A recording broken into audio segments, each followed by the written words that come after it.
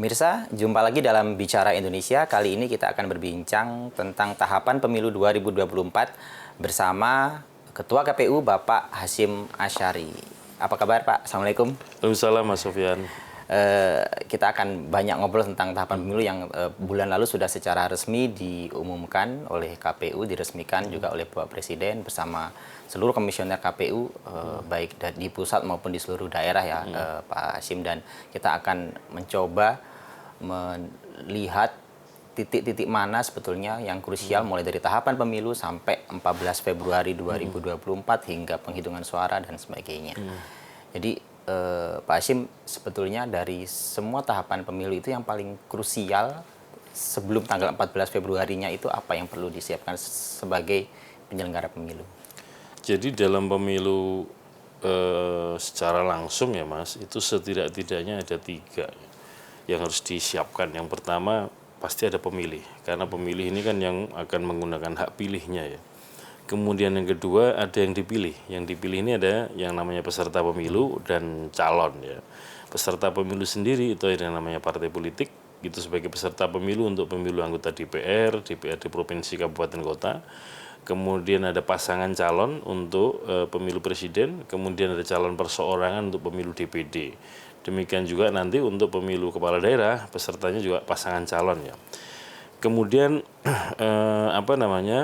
yang ketiga itu logistik untuk hari pemungutan suara.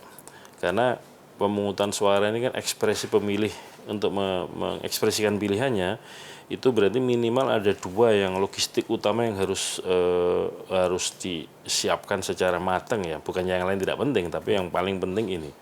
Yang pertama adalah surat suara. Surat suara itu adalah alat atau instrumen yang digunakan untuk pemilih mengekspresikan pilihannya ya. Nah kemudian yang kedua adalah formulir penghitungan suara di TPS, rekapitulasi dan seterusnya itu, karena disitulah alat yang digunakan, alat kerja yang digunakan untuk mengadministrasikan hasil pemilihan. Dan tentu saja semuanya itu puncaknya di tanggal 14 Februari 2024 itu Mas.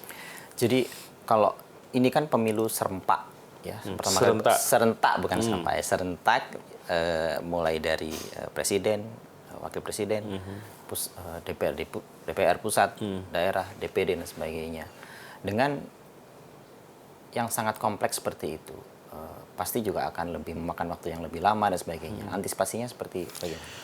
Sebenarnya pemilu kita itu ya di Indonesia, pemilu dalam arti voting day, hari pemungutan suara, itu dari durasi waktu itu paling singkat sedunia Mas. Oh iya. Karena apa? Durasinya kan kalau kita lihat ya di seluruh wilayah Indonesia, Indonesia Barat, Indonesia Timur, Indonesia Tengah, itu dilakukan pada sesuai dengan lokasi waktunya tadi ya. Durasinya cuma 6 jam. 6 jam. Jam 7 pagi sampai jam 13 siang. Itu paling singkat di dunia.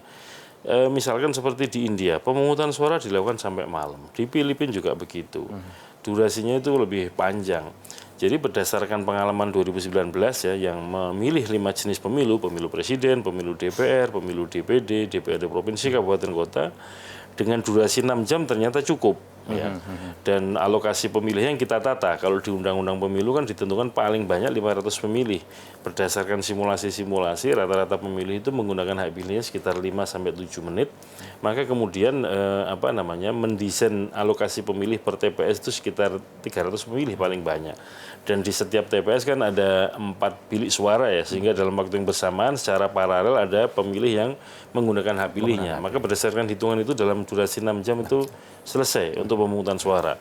Nah memang yang kemudian lama adalah penghitungan suara, diantaranya karena undang-undang menentukan satu, sistem pemilu kita ini sistem untuk pemilu DPR ya, dan DPRD itu sistem pemilu proporsional daftar calon terbuka, di mana pemilih menggunakan hak pilihnya bisa nyoblos langsung calon.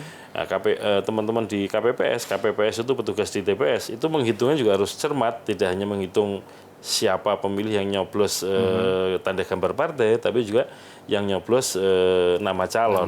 Itu yang butuh waktu lama ya. Dan undang-undang juga menentukan penghitungan suara itu harus selesai pada hari yang sama dengan pemungutan suara, dan penghitungannya harus berturut-turut, tidak boleh kemudian berhenti. Walaupun kemudian perkembangannya Mahkamah Konstitusi membuat putusan judicial review memaknai tentang hari pemungutan penghitungan suara itu harus selesai pada hari yang sama dengan pemungutan suara, itu dapat diperpanjang kalau belum selesai sampai jam 24 ya. Itu dapat diperpanjang sampai jam 12 hari berikutnya gitu. Jadi itu. Jadi 12 di hari berikutnya itu di TPS ya, Di TPS, penghitungan suara di ini TPS. masih bisa. Jadi ada dispensasi Betul. bagi petugas KPPS, tidak terlalu harus kalau misalnya tidak terlalu harus terburu-buru, tidak perlu. Yang terpenting semua suara masyarakat bisa dihitung dengan cermat dan tidak ada ini, karena kan kalau di TPS itu kan pasti banyak sekali kan yang terlibat ya, bukan Betul. hanya Pasti ada saksi, ada panwas TPS, masyarakat juga memantau ya.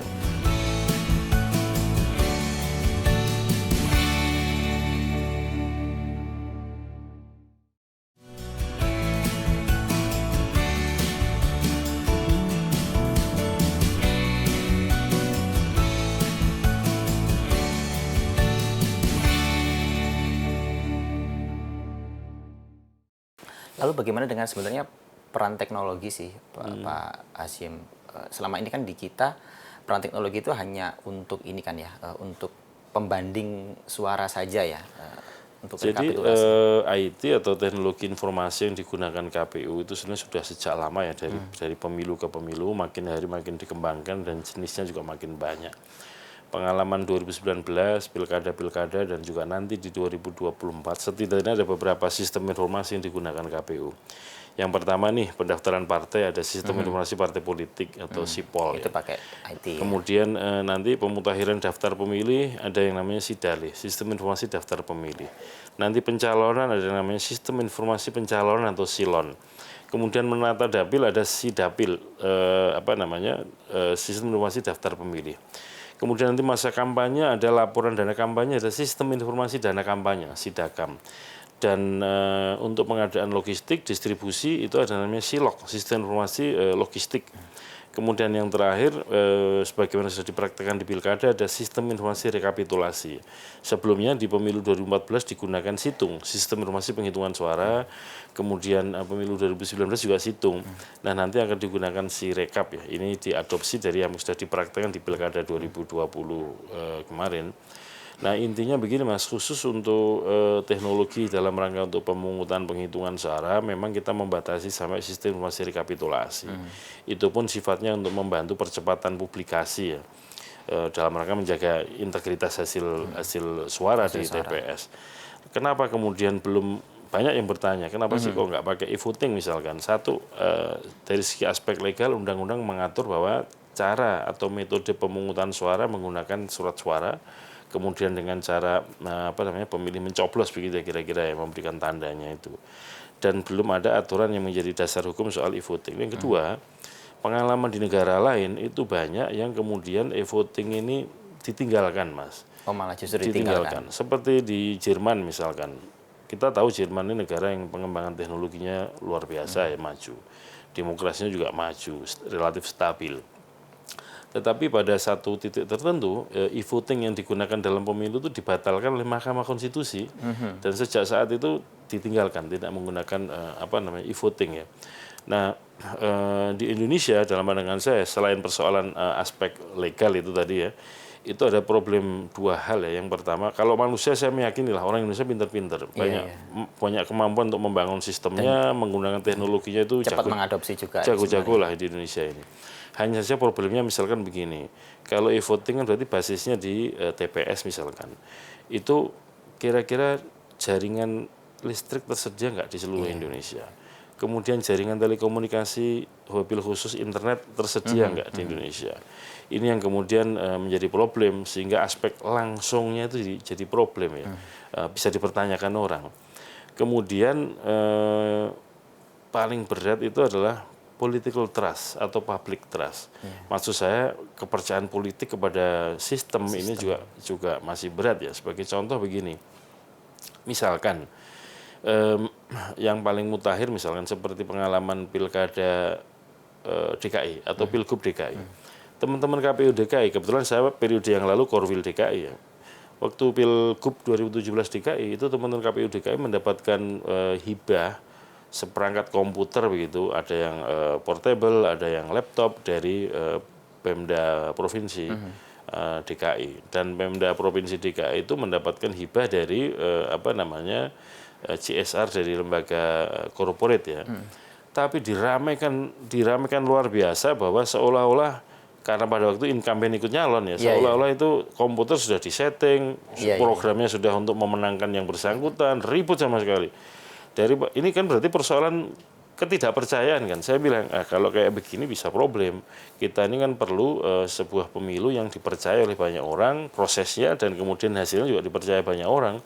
Maka kalau kayak gini caranya udah deh balikin aja komputer-komputer atau laptop yang dapat hibah dari Pemprov. Dalam rangkanya Pak, untuk menjaga kepercayaan publik terhadap proses dan terhadap hasil. Ini yang paling berat kan menjaga itu, Mas. Nah, ini satu pengalaman ya. Pemilu 2009 itu juga begitu. Gara-gara KPU pusat ini menggunakan satu produk komputer merek tertentu, dan kemudian akibatnya ada partai yang suaranya melambung tinggi suaranya. Itu juga tuduhannya begitu. Ini gara-gara KPU pakai produk ini, dan setelah dicek pemegang mereknya untuk nasional itu terafiliasi. Itu kan jadi dipersoalkan orang gitu. Itu artinya apa? Pengalamannya ya, berarti public trust menjadi satu problem yang besar.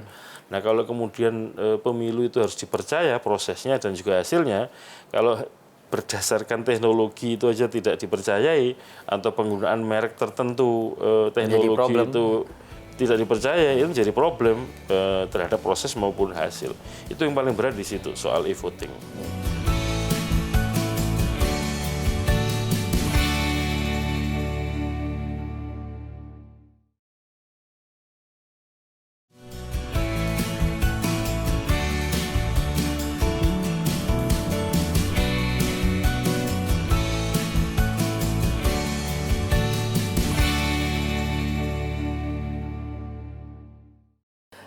Selanjutnya tentang itu Pak, pemutakhiran data pemilih. Data pemilih ini kan selalu menjadi perbincangan, persoalan, mulai dari proses sebelum pemilu atau bahkan biasanya berdasarkan pemilu-pemilu sebelumnya jadi problem ketika ada gugatan di mahkamah dan sebagainya. Yang diungkit-ungkit lagi selalu data pemilih. Sejauh ini upaya apa dari KPU? Makin hari penilaian saya ketika saya sebelum di KPU maupun kemudian setelah di KPU, penilaian saya makin hari makin baik. Kebetulan yang waktu itu soal paling keras ya sepanjang pemilu dilaksanakan setelah amandemen konstitusi itu pemilu 2009 yang kemudian dibentuk pansus di DPR dan segala macam. Komnas HAM juga membuat penilaian-penilaian. Lalu KPU periode penyelenggara pemilu 2009 itu di bagian akhir membuat inisiatif membangun sistem pendaftaran pemilih yang sekarang dikenal dengan sistem informasi daftar pemilih itu SIDALE. Kebetulan waktu itu saya ditugaskan untuk memimpin tim itu, dan makin hari datanya boleh dikatakan ya secara prinsip daftar pemilih itu kan harus memenuhi azas komprehensif. Artinya apa? Semua warga negara yang punya hak pilih tanpa memandang latar belakang politiknya apa, etnisnya apa, agamanya apa, kepentingan politiknya apa, sepanjang dia memenuhi syarat sebagai pemilih harus dimasukkan dalam daftar pemilih, itu komprehensif. Yang kedua adalah akurat atau valid. Segala macam data informasi yang ada di dalamnya harus akurat, harus valid sesuai dengan situasi faktualnya ya. Nah, alhamdulillah situasi yang ini kan makin hari makin kokoh ya, orang boleh dikatakan percaya terhadap data, informasi atau isian yang ada di dalam daftar pemilih itu. Kemudian yang ketiga adalah mutakhir. Mutakhir itu artinya situasi yang paling terakhir mendekati hari pemungutan suara. Sebagai contoh misalkan begini, ketentuannya kan pada warga negara Indonesia usianya 17 tahun, genap 17 tahun pada hari pemungutan suara. 14 Februari 2024. Bukan pada saat didaftar. Sehingga ketika didaftar sangat mungkin ada pemilih-pemilih pemula yang usianya belum 17 tahun. Tetapi nanti pada tanggal 14 Februari 2024 sudah bisa diproyeksikan yang bersangkutan sudah usianya 17 tahun. Nah, ini kan mau tidak mau harus dimasukkan dalam daftar pemilih. Demikian juga soal ini kan saya maksud mutakhir ya. Mutakhir itu walaupun situasi pemutakhiran daftar pemilih nanti dimulai sekitar Oktober tahun ini, tetapi data yang dimasukkan itu sudah data yang paling mendekati dengan dari pemungutan suara. Nah ini yang jadi pedoman, dan kemudian setiap saat sistem maupun metode bekerja selalu dievaluasi, selalu diperbaharui, dan kemudian kerjasama koordinasi antara KPU dengan pemerintah dalam ini Kementerian Dalam Negeri, atau lebih khusus lagi Dirjen Kependudukan dan Catatan Sipil itu makin kita pererat, karena memang basisnya sumber data pemilih untuk pemutahiran daftar pemilih itu ada dua. Yang pertama adalah daftar pemilih atau DPT, daftar pemilih tetap pemilu terakhir yang dikelola oleh KPU. Kemudian yang kedua adalah DP4, data penduduk potensial pemilih pemilu yang dikelola oleh pemerintah. Pemerintah sendiri juga mengelolanya termasuk komprehensif, Mas. Karena ada layanan misalkan pemilih kita yang di luar negeri. Itu nanti sumber-sumbernya dari Kementerian Dalam Negeri, bisa dari Menteri Tenaga Kerja, Menteri Pendidikan, ya warga kita yang sekolah di luar negeri, kerja di luar negeri, dan juga dari Kementerian Hukum dan HAM, karena lintas batasnya kan Dirjen Imigrasi dari Kementerian Hukum dan HAM. Jadi memang pemerintah lintas kementerian kemudian diorganisir, dijadikan satu di Kementerian Dalam Negeri. Itulah nanti sumber yang akan kita gunakan untuk mengutarakan daftar pemilih. Kita berusaha semaksimal mungkin supaya warga negara yang punya hak pilih itu dapat menggunakan hak pilih, di antaranya jaminannya adalah masuk daftar pemilih. Karena salah satu syarat untuk bisa memilih itu ya masuk daftar pemilih. Kira-kira begitu, Mas. Termasuk inisiatif dari dari masyarakat luas juga ya, agar Betul, kalau ya. misalnya belum, yang problem kan kadang saya kok nggak ada. Ya, Dan makanya kita juga membuat itu sistem SIDAL ini kan online ya, bisa dicek misalkan nama Hasyim Asy'ari diketik NIK-nya ini sudah terdaftar atau belum. Kalau terdaftar kira-kira dialokasikan di TPS mana dan seterusnya. Kalau belum ada, nanti kita siapkan pendaftaran online gitu, supaya kemudian warga negara kita yang punya hak pilih yang belum terdaftar dalam proses ini ya pemutahiran daftar pemilih bisa mendaftarkan diri secara online. Selain itu juga begini, Mas, ada yang namanya daftar pemilih khusus kalau di dalam kalau di dalam undang-undang pemilu. Kalau di undang-undang pilkada dikenal dengan istilah DPTB, daftar pemilih tambahan. Dua istilah ini tapi maknanya sama, yaitu kalau ada warga negara sudah memenuhi syarat sebagai pemilih tapi belum terdaftar di daftar pemilih tetap atau DPT, nanti tetap dapat menggunakan hak pilihnya, tetapi didaftar dulu di DPK untuk pemilu, kalau pilkada di DPTB pada hari H, untuk mendapatkan jaminan bahwa yang bersangkutan warga negara ini dapat menggunakan hak pilihnya di TPS tersebut. Syaratnya adalah di TPS itu adalah TPS sesuai dengan alamat KTP, dan kesempatan menggunakan hak pilihnya itu 1 jam terakhir sebelum TPS tutup. Ya, amanah ini kan juga diamanahkan oleh Mahkamah Konstitusi ya. untuk mengantisipasi agar ini ya ditaruh di belakang biar surat suaranya aman dan sebagainya. Betul. Tapi selama ini kan biasanya daftar pemilih khusus itu juga justru menjadi objek yang dipertanyakan kan, kadang di sini tidak logis jumlah DPK-nya dan sebagainya kayak gitu. Tapi bisa dijelaskan semua ya. Saya menangani betul peristiwa-peristiwa sengketa di Mahkamah Konstitusi untuk pemilu 2019 maupun Pilkada 2020. Memang problemnya biasanya soal pengadministrasian, tapi insya Allah kalau sampai pada berefek kepada katakanlah salah hitung atau dalam arti negatif manipulasi, insya Allah nggak ada. Lalu bagaimana tentang logistik, Pak Hasyim? Ini kan juga sangat krusial ya dalam hal kita sebut sebagai persiapan menjelang pencoblosan gitu kan ya. Itu bagaimana? Sekali lagi ya, logistik yang saya bahas di sini adalah surat suara dan formulir. Ini memang rumit, Mas, karena apa? Sebagai konsekuensi dari pilihan sistem pemilunya. Sistem pemilu kita adalah sistem pemilu dengan sistem proporsional dengan daftar calon terbuka ya. Itu artinya apa? Partainya banyak. Kemudian nama-nama calon juga harus dimunculkan di dalam surat suara dan juga formulir. Basisnya apa? Dapil, daerah pemilihan. Di seluruh wilayah Indonesia, pengalaman 2019 ya, kalau nggak ada perpengalaman nanti, itu jumlah dapil kita termasuk pemilu presiden 2.593 dapil. Kalau 2.593 dapil itu berarti apa? Ada 2.593 desain surat suara dan juga desain formulir. Itu ya kerumitannya di situ. Dan juga mendistribusikannya harus sampai TPS.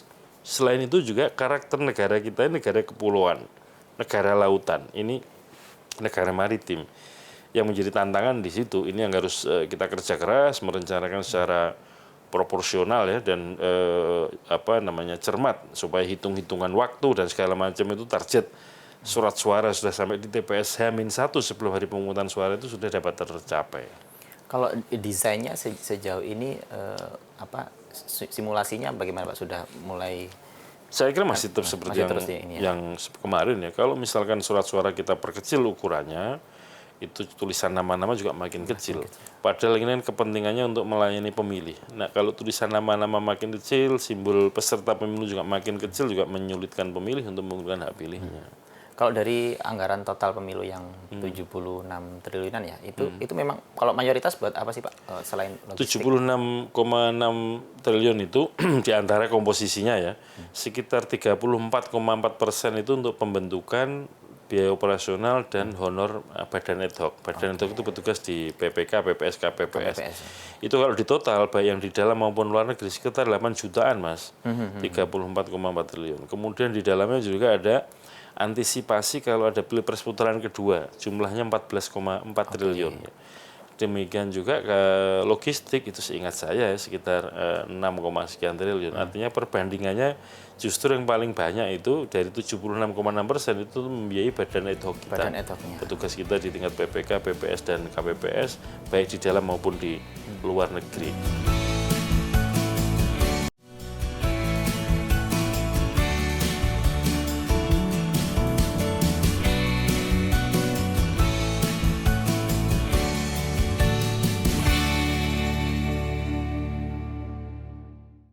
Kalau untuk misalnya seperti daerah otonomi baru DOB itu bagaimana implikasinya terkait penyelenggaraan tahun 2024? Ya jadi begini Mas, pemilu itu kan dikerjakan di basisnya daerah pemilihan ya, dapil-dapil itu. Apapun lah, pemilu presiden kah, pemilu DPR, DPD provinsi, kabupaten kota, atau pemilu DPD itu basisnya dapil.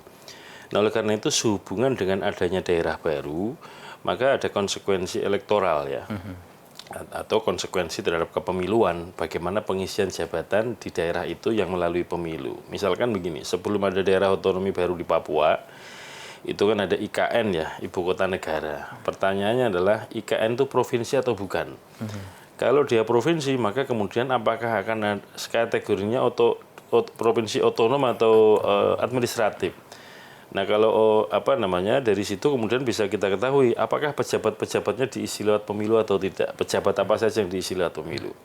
Nah kalau kita baca Undang-Undang IKN itu disebutkan atau ditentukan bahwa IKN itu provinsi.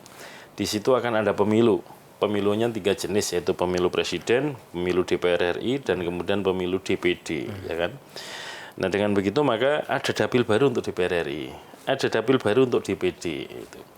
Yang kedua untuk Papua. Papua itu ada daerah otonomi baru. Karena disebut daerah otonomi baru, maka kemudian, kalau IKN tadi kan bukan daerah otonomi. Ciri-cirinya tuh paling mudah itu punya DPRD atau enggak. Karena menurut Undang-Undang Dasar kita yang disebut dengan daerah otonomi itu diberikan wewenang untuk mengurus dan mengatur dirinya sendiri. Instrumen hukum yang dipakai untuk mengatur itu adalah perda, peraturan daerah. Perda itu dibentuk oleh DPRD. Maka paling gampang untuk melihat sebuah daerah itu otonom atau tidak, punya DPRD apa enggak gitu. Nah di Papua ada pemekaran wilayah di tingkat provinsi ya, kemudian menjadi beberapa daerah otonomi baru. Karena disebut otonomi baru pasti punya DPRD provinsi. Maka dengan begitu konsekuensinya Papua yang semula Papua Induk misalkan Mas ya, untuk DPR RI alokasi kursinya 10. Satu dapil ini. Kemudian begitu dibelah ada pemekaran menjadi dengan induk menjadi 4 provinsi misalkan, maka kemudian dapil DPR RI juga menjadi bertambah. Semula hanya 1 dapil jadi katakanlah tambah 3 dapil jadi 4 dapil. DPD yang semula 1 provinsi induk menjadi beberapa provinsi tambah dapil lagi. Kemudian DPRD provinsi karena daerah otonomi kan berarti ada DPRD provinsinya ya, itu juga ada dapil baru lagi. Ini yang kemudian ada konsekuensi-konsekuensi dalam tata kelola pemilu, misalkan begini, pemilu 2019 kita kan KPU mengelola 2.593 dapil. Maka dengan adanya daerah otonomi baru, ada daerah baru, itu kemudian KPU harus mengelola tambahan dapil baru dari gitu. Daerah baru. Betul. Nah khusus untuk IKN ada 2 konsekuensi terhadap 2 provinsi. Yang pertama Kalimantan Timur. itu wilayahnya IKN kan semula ada beberapa kecamatan dan desa kelurahan dari 2 kabupaten, Penajem Pasir Utara dan Kutai Kertanegara. Maka dengan begitu kan beberapa wilayah administrasinya Kaltim berkurang, penduduknya juga berkurang. Itu ada konsekuensi terhadap DPR RI. Kemudian terhadap DPRD Provinsi Kaltim. Kemudian DPRD Kabupaten Kota di 2 kabupaten tadi, PPU dan Penajem Pasir Utara dan Kutai Kertanegara. Itu juga harus ditata kelola kan begitu.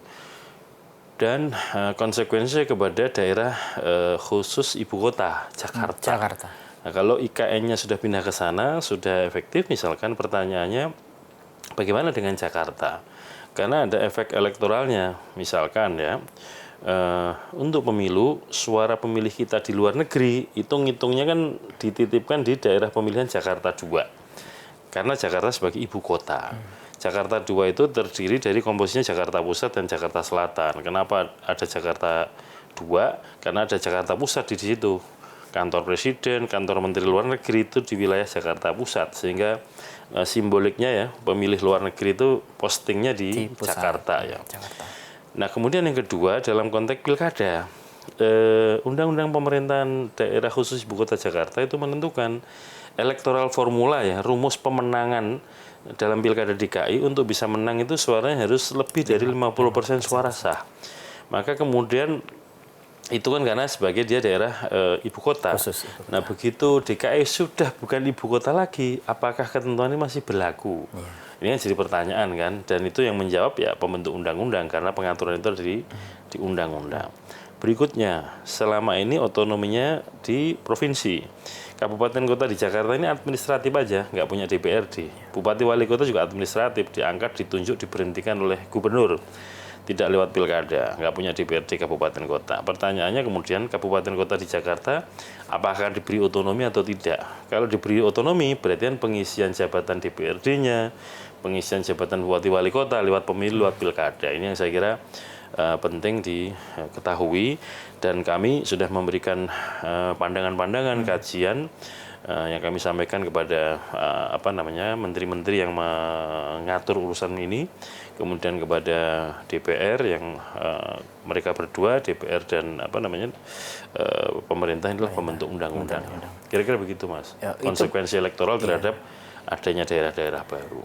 Dan itu kan kalau dikaitkan dengan tahapan pemilu berarti mesti ada deadline tersendiri ya, bahwa persoalan-persoalan itu betul, itu harus selesai dalam pandangan kami akhir tahun 2022 ini. Mengapa? Karena nanti Mei itu sudah mulai pencalonan. Satu hal ya, pencalonan. Di sisi lain untuk penataan dapil itu mulai dikerjakan menurut tahapan pemilu Oktober 2022 ini sampai dengan Februari 2023. Itu artinya Februari 2023 sudah akan ada kegiatan penetapan dapil. Nah, sebelum penetapan dapil ada proses kan penataan dapil. Nah, sebisa mungkin regulasi di level undang-undang, apakah revisi undang-undang, apakah Perpu, itu sudah selesai di akhir 2022 ini, sehingga kemudian bulan Januari, Februari itu bisa kita laksanakan, bisa kita eksekusi pembentukan dapil-dapil baru sehubungan dengan pembentukan daerah baru. Karena kesiapannya kan pasti bukan hanya KPU saja kan ya, juga termasuk parpol-parpol juga kan untuk menyiapkan itu semua. Pengurus calon ya, betul. Dan calon tiap provinsi, betul.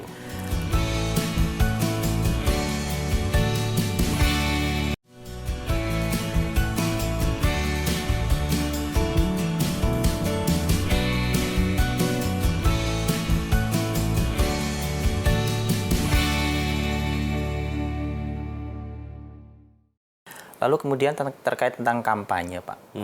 75 hari kampanye dengan pemilu yang lebih kompleks dibandingkan 5 tahun lalu karena ini serentak, itu bagaimana menurut KPU? Apakah itu cukup? Sekali lagi yang namanya kampanye itu basisnya dapil, Mas. Pasti para peserta pemilu ya, partai politik, calon sudah ngukur karena basisnya dapil. Anggota DPR RI, provinsi, kabupaten kota, dapilnya beda-beda. Bahwa ada yang kemudian satu kabupaten itu untuk DPRD kabupaten itu kemudian menjadi komposisinya dapilnya DPRD provinsi atau pusat ya. Itu tinggal sinkronisasi aja antar calon di dapil itu gitu. Tetapi intinya ruang lingkup mengkampanyekan dirinya, mengkampanyekan visi misinya di dapil itu. Kalau di luar dapil kan nggak relevan yang akan milih pemilih di dapil itu ya. Namun demikian yang kemudian kita harus hati-hati betul, terutama KPU karena durasi kampanye pendek 17 hari. Intinya di undang-undang ditentukan bahwa kampanye itu dimulai 3 hari setelah penetapan DCT, daftar calon tetap. Karena yang bisa kampanye kan calon ya. Setelah ada calon baru bisa kampanye. Di sisi lain yang namanya proses produksi surat suara, produksi formulir itu juga baru bisa dimulai kalau sudah ada kepastian tentang daftar calon tetap. Sehingga sebenarnya dalam waktu yang bukan irisan ya, dalam waktu bersamaan karena titik berangkatnya sama nih, penetapan DCT ya, antara kampanye dengan produksi surat suara dan produksi formulir di situ. Maka KPU harus menghitung betul secara ketat kira-kira proses approval ya, persetujuan desain surat suara dengan peserta pemilu di semua tingkatan tadi itu untuk 2.593 dapil kapan? Karena untuk bisa naik cetak harus ada persetujuan dulu nih. Harus approval peserta pemilu ya. Kira-kira model approvalnya bagaimana? Apa kita yang ke daerah atau teman-teman partai dari semua tempat itu dipusatkan atau model online misalkan. Sepanjang ada tanda tangan online dari ini selesai langsung bisa kita cetak dan seterusnya. Yang kedua, volumenya kan besar ya. Karena pemilih kita ini sekitar 190 juta. Kemudian yang berikutnya lagi kondisi geografis kita ini kepulauan, kelautan. Yang berikut lagi kalau ngelihat bulan-bulannya nih, November, Desember, Januari, Februari itu kan bulan-bulan musim penghujan. Kita harus berhitung itu juga. Makanya dalam hal perencanaan ya, kemudian produksi dan distribusi harus kita kontrol ketat Mas, supaya kemudian semuanya presisi lah. Tepat jumlah, tepat desain, tepat sasaran, tepat waktu. Itu menjadi ukuran-ukuran keberhasilan untuk logistik pemilu. Jadi, itu memang benar-benar pekerjaan besar banget ya Pak. Betul banget, dan kalau para ahli ya, para pengamat menyebut itu kan pemilu di Indonesia kan the most complicated election in the world ya. Kalau di akhirat ada pemilu kayaknya juga paling rumit dunia akhirat kayaknya pemilu di Indonesia ini. Apalagi pemerintah kan sebetulnya setidak-tidaknya sampai sekarang belum mencabut status darurat COVID ya Pak. Betul. Jadi itu harus diantisipasi juga kan oleh KPU. Jadi karena situasinya juga masih ada kedaruratan bencana alam COVID dan keputusan Presiden tentang status bencana alam tersebut, bencana nasional tersebut belum dicabut, KPU juga harus menggunakan cara pandang itu. Setidaknya kita punya pengalaman Pilkada 2020 ya, bisa kita adopsi. Misalkan begini, di Undang-Undang Pemilu itu pemilih paling banyak 500. Sudah saya sampaikan kan bahwa karena pemilu serentak 5 jenis surat suara, waktunya 6 jam durasinya di TPS, maka desainnya kan maksimal 300.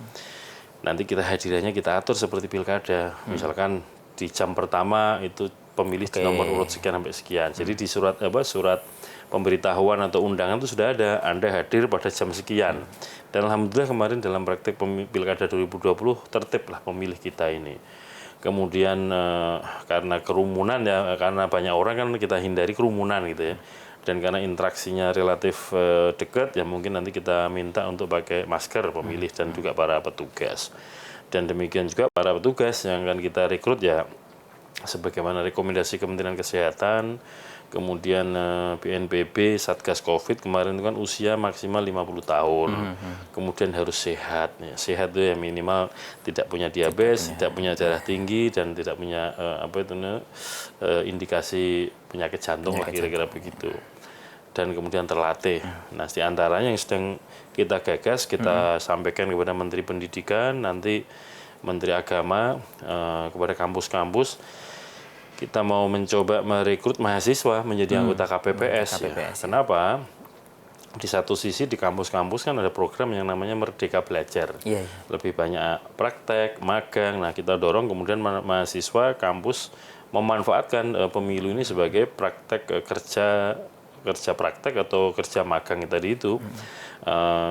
Dengan begitu maka di satu sisi ya mahasiswa kalau jadi anggota KPPS kan usia pemilih, nyoblosnya di kampung halamannya sendiri, karena basisnya kan KTP, ya, dia ada di mana. Jadi nggak perlu kemana-mana, di kampung halaman sendiri tinggal dikasih surat tugas saja sama kampusnya dan seterusnya. Dan nanti bisa dikonversi menjadi mata kuliah tertentu atau SKS tertentu dan seterusnya lah. Dan nanti KPU kan menerbitkan sertifikat sebagai penyelenggara pemilu. Yang lain, pemilih dan peserta pemilu akan didapat keuntungan-keuntungan. Petugasnya muda, pendidikannya tinggi, ya kira-kira begitu. Lebih mudah kan diajari lah ya. Iya gitu. Well educated, punya keunggulan-keunggulan lah itu. Dan di sisi lain bagi mahasiswa juga akan menjadi bekal ya, punya pengalaman kerja-kerja demokrasi tadi itu. Jadi tahu persis pemilu di jantungnya pemilu, kegiatan pemungutan penghitungan suara di TPS itu kayak apa. Lalu mengenai pengaturan kampanye, Pak, kalau kampanye yang konvensional misalnya lewat media konvensional atau lewat tatap muka dan sebagainya mungkin sudah bertahun-tahun kan KPU berpengalaman.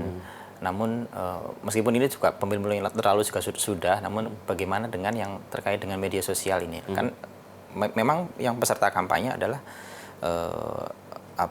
yang masuk daftar calon tetap dan sebagainya. Tapi ketika sudah masuk ke media sosial ini kan siapa saja, kadang juga bisa tanpa nama. Mas, gitu. Secara ini ya, aturan di undang-undang tentang cara metode berkampanye kan macam-macam ya. Ada yang rapat umum, rapat terbuka itu jumlahnya bisa besar ya, karena siapapun boleh hadir. Yang kedua ada yang namanya pertemuan terbatas. Pertemuan terbatas itu orang yang hadir harus sesuai undangan, dibatasi ruang, dibatasi jumlah. Ada kemudian pertemuan tatap muka, itu bisa jadi tidak harus di forum, tapi mungkin silaturahim, kunjungan tatap muka dengan pemilih dan seterusnya. Dan ada kampanye lewat media konvensional, cetak maupun elektronik ya, televisi, radio, ataupun kemudian lewat media sosial. Itu semuanya sebenarnya kita udah punya pengalaman di pemilu 2019, pilkada 2020. Pada intinya bahwa kampanye itu harus bertanggung jawab ya. Demikian juga siapa yang menggunakan media juga harus bertanggung jawab. Nanti akan kita tegasi lah berdasarkan pengalaman pemilu 19, pengalaman pilkada 2020. Misalkan ya sebetulnya larangan untuk memfitnah orang, menjelek-jelekkan orang itu kan jelas di undang-undang.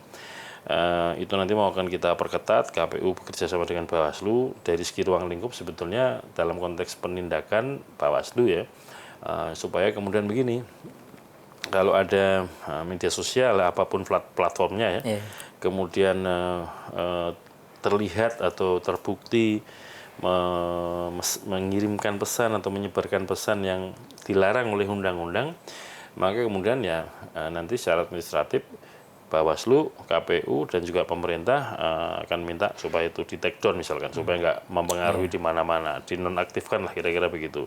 Yang kedua harus dilacak ini siapa yang pegang akun ini, supaya kemudian dapat dikenakan sanksi ya.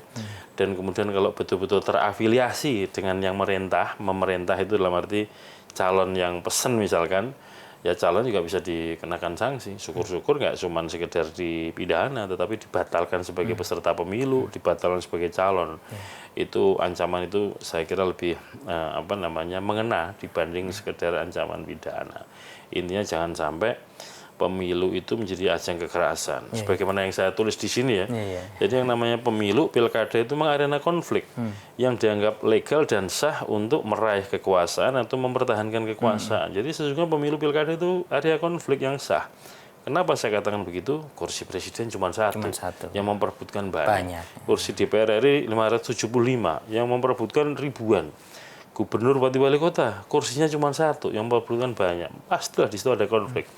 Tapi yang harus kita hindari dan kita cegah adalah jangan sampai konflik itu muncul ke permukaan dalam bentuk kekerasan. Apakah itu kekerasan fisik ataukah itu kekerasan verbal, misalkan mengejek orang, memfitnah orang, menjelek-jelekkan orang, termasuk kekerasan ya, kekerasan verbal menggunakan kata-kata baik tulisan maupun tertulis atau video, sehingga itu yang harus kita cegah untuk tidak dilakukan. Dan kemudian bagaimana para peserta pemilu itu menghindari menggunakan kekerasan itu sebagai instrumen, sebagai alat untuk mempengaruhi siapapun supaya kemudian memilih dirinya atau tidak memilih orang lain. Jadi intinya yang harus kita tolak dan harus kita cegah betul-betul, jangan sampai kekerasan menjadi instrumen di dalam pilkada atau pemilu.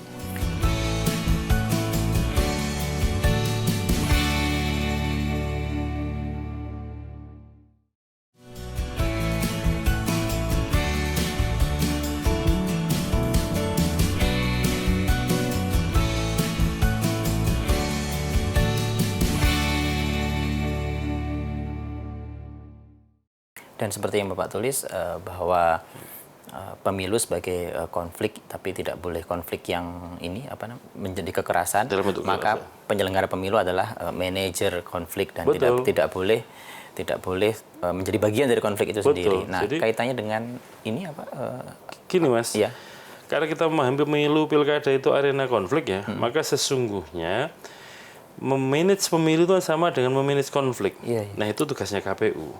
Nah, oleh karena itu KPU sebagai manajer pemilu itu kalau dengan kata lain juga manajer konflik di dalam kepemiluan, maka harus menahan diri untuk tidak menjadi bagian dari penyebab atau menjadi faktor penyebab konflik. Itu harus kita sadari betul. Maka dengan begitu rentang kendali pengawasan internal di KPU dari pusat, provinsi, kabupaten, kota menjadi sesuatu yang penting supaya kemudian betul-betul kita semua ini bekerja sesuai dengan aturan yang sudah ditentukan.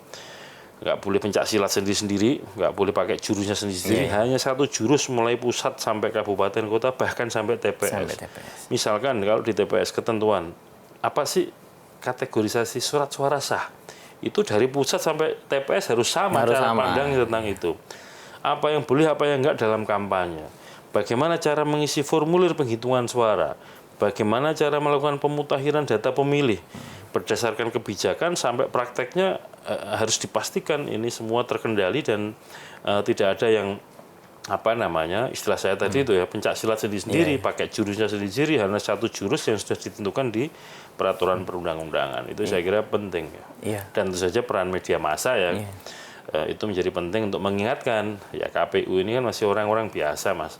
Pastilah punya kelemahan, pasti punya kecenderungan untuk berbuat yang tidak pas misalkan atau kebetulan lalai begitu ya. Itu publik diantaranya mengingatkan lewat berbagai macam cara, diantaranya teman-teman media mengingatkan kami, mengingatkan kita semua penyelenggara pemilu supaya tetap konsisten, istiqomah sebagai penyelenggara pemilu itu harus menghindari betul konflik kepentingan, menghindari betul supaya tidak terjerumus menjadi bagian faktor penyebab konflik. Ya di dalam pemilu itu.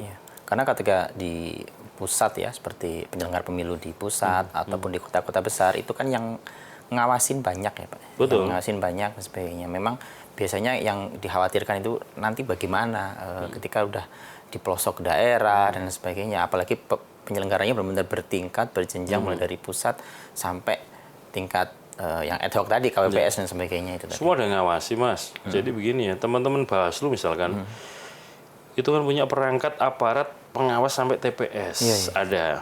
Partai politik juga bekerja, jejaringnya kan sampai TPS. Punya saksi. Betul. Dan kemudian masyarakat. Semua ngawasin. Nah, teman-teman media juga begitu, mengawasi semua. Dan yang jauh lebih penting itu kita harus yakin bahwa kerja-kerja kita ini juga diawasi Tuhan. Itu yang paling penting. Karena kan kita meyakini bahwa masyarakat Indonesia ini masyarakat yang meyakini adanya Tuhan, agamanya bisa macam-macam lah ya, tapi yang paling penting meyakini keberadaan Tuhan dan semua ini pertanggungjawabannya nggak urusan dunia aja, ada pertanggungjawaban akhirat. Ini bagi yang percaya keberadaan Tuhan ya.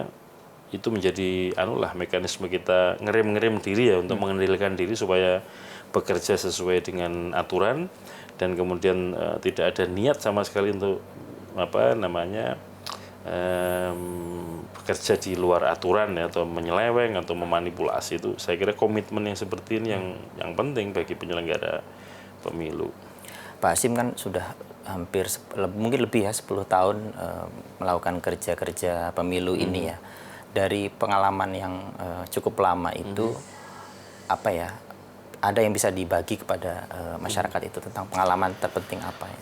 Semuanya itu yang paling penting ya dalam konteks kepemiluan, dalam konteks politik itu komunikasi Mas.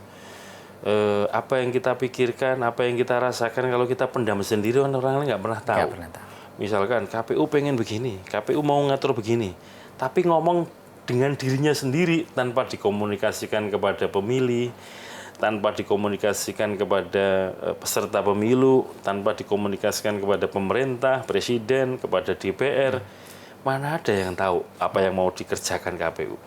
Tapi berbeda kalau kita bersosialisasi, kemudian berinteraksi secara aktif ya dengan berbagai macam pihak, bergaul dengan media juga baik misalkan, karena media kan membantu juga mengkomunikasikanlah gagasan-gagasan, pandangan-pandangan yang akan dikerjakan KPU atau menyebarkan argumentasi kenapa KPU ambil kebijakan yang ini bukan kebijakan yang itu dan seterusnya. Jadi komunikasi itu menjadi sesuatu yang penting ya, komunikasi strategis dengan berbagai macam pihak. Apalagi kalau KPU menyadari bahwa undang-undang menentukan KPU ini karakternya adalah sebagai lembaga layanan kepada dua pihak, terutama layanan kepada pemilih agar pemilih dapat menggunakan hak pilihnya. Yang kedua adalah layanan kepada peserta pemilu supaya kemudian bisa ikut kompetisi secara fair, secara terbuka, secara adil ya. Sehingga dengan begitu kita berharap semua ya tanggung jawab sukses pemilu sebetulnya tidak hanya di KPU. Betul bahwa KPU penyelenggara pemilu iya. Tetapi kesuksesan itu nggak mungkin diraih oleh KPU sendiri. KPU harus bekerja sama, berkolaborasi,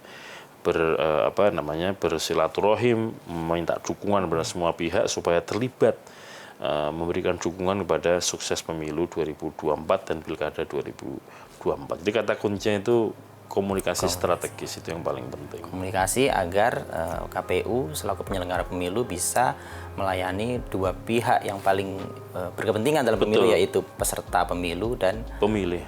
Betul. Ya. Baik, itu tadi perbincangan kita dalam Bicara Indonesia bersama Bapak Hasyim Asyari, Ketua KPU, dan kita bertemu dalam Bicara Indonesia yang akan datang. Sampai jumpa.